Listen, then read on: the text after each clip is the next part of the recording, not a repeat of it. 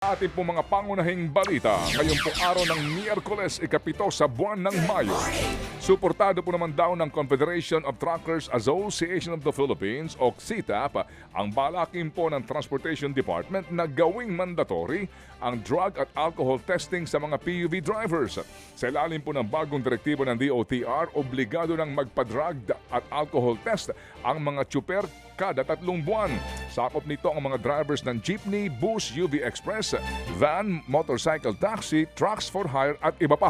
At ayon nga po sa CITA, pabor sila rito dahil katunayan, matagal na rin nila itong ginagawa ang naturang polisiya. Kami, in our company, we are doing that surprise without knowing by our driver na mag-a-undergo sila.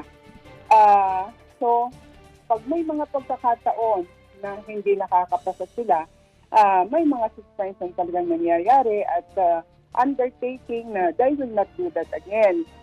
Nangyayari kasi ito ng ganyang sitwasyon because, as you know, ito yung laging sinasabi namin sa inyo at the very start, ang laki ng problema namin tungkol sa mga driver because there is a shortage. Yan po ang tinig ni Confederation of Truckers Association of the Philippines President Mary Zapata. Pinaiimbestigahan na ng Pangulong Bongbong Marcos Jr. ang mga hinihinalang substandard na bollard na nakakabit po sa NAIA Terminal 1. Yan ngay matapos ang pang-aararo ng SUV nito lamang weekend kung saan 2 ang patay. Taong 2019 nang ikabit ang mga ito sa panahon po ni dating DOTR Secretary Arthur Togade. Kabilang sa alamin ang naging proseso ng pagbili ng mga bollard. Matatanda ang in-inspection mismo ni Transportation Secretary Vince Dizon sa NAIA matapos ang aksidente na ikinadismaya niya na mabilis natanggal ang mga bollard na nakasagip sana sa mga biktima. Pinapapalitan na rin ng Pangulo ang iba pang bollard sa NAIA.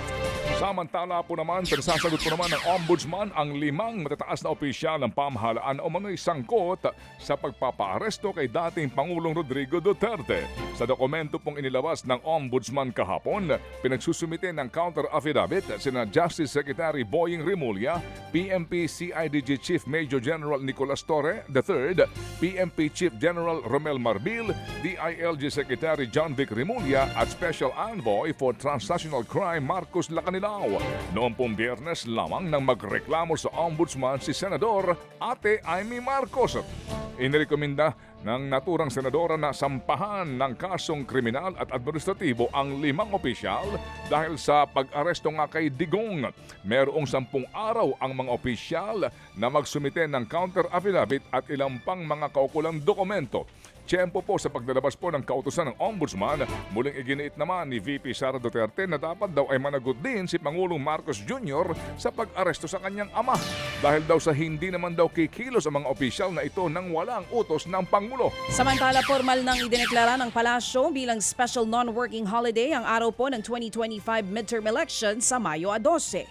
Base po sa inilabas na proklamasyon ni Pangulong Bongbong Marcos, idineklara niyang holiday ang araw ng eleksyon para makaboto ang publiko. Nilagdaan ito ng Pangulo kahapon lamang alinsunod na rin sa hiling ng COMELEC. Tinatayang aabot sa 68 milyong mga Pilipino ang rehistradong lalahok sa Halalan 2025. Sa ibang balita po naman, umalma ang grupong Teachers Dignity Coalition o TDC sa tila paninisi sa mga teachers sa pagdami ng kaso ng functional illiterate sa bansa. Matatandaan pong lumabas sa datos ng Philippine Statistics Authority o PSA na higit sa 18 milyong Pilipino ang marunong magbasa at sumulat pero hirap umunawa. Pero paliwanag po ng TDC, ito'y epekto ng kasalukuyan pong krisis sa edukasyon. Tutol daw sila sa mga panukalang isalang sa retraining ang mga teachers dahil sa tila pinalalabas daw na ang mga teachers ang siyang may sala sa naturang problema. Napakadami kasing pinagsama-samang reason po at ito ay kumbaga nag-accumulate mula simula. Sa totoong buhay talaga mukhang hindi po mukhang natabayaan po talaga yung ating education system for the longest time. Pag sinabi na system, bahagi po diyan lahat. Bahagi diyan yung curriculum, bahagi yung infrastructure, bahagi po yung ating mga guro, bahagi po yung ating pamunuan ng Department of Education at yung ating pamunuan ng ating mga paaralan. Yan po ang tinig ni Teachers Dignity Coalition Chairperson Benjo Basas.